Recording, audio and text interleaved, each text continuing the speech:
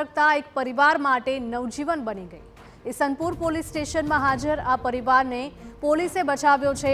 બાળકોની school fee, મકાનના હપ્તા ન ભરી શકતા પતિ પત્ની અને 2 બાળકોએ મોતને વહાલું કરવાનો નિર્ણય કર્યો।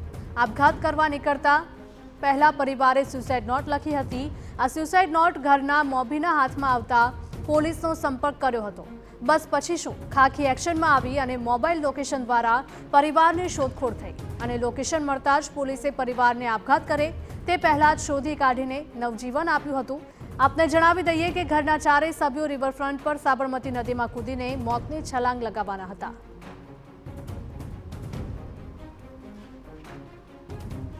પોલીસની પ્રાથમિક તપાસમાં સામે આવ્યું હતું કે પરિવાર આર્થિક સંકળામણથી પ્રભાવિત હતો।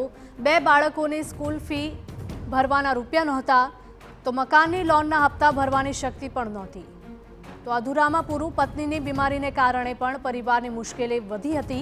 આ તમામ પરિબળોથી પ્રભાવિત પરિવારે મોતના મુખમાં ધકેલાઈ જવાનો નિર્ણય કર્યો હતો, પરંતુ પોલીસની સતર્કતાએ આખા પરિવારને મોતના મુખમાંથી ઉગારી લીધો છે। જો પોલીસે થોડુંક પણ મોડું કર્યું હોત તો સ્થિતિ કંઈક અલગ જ સર્જાત।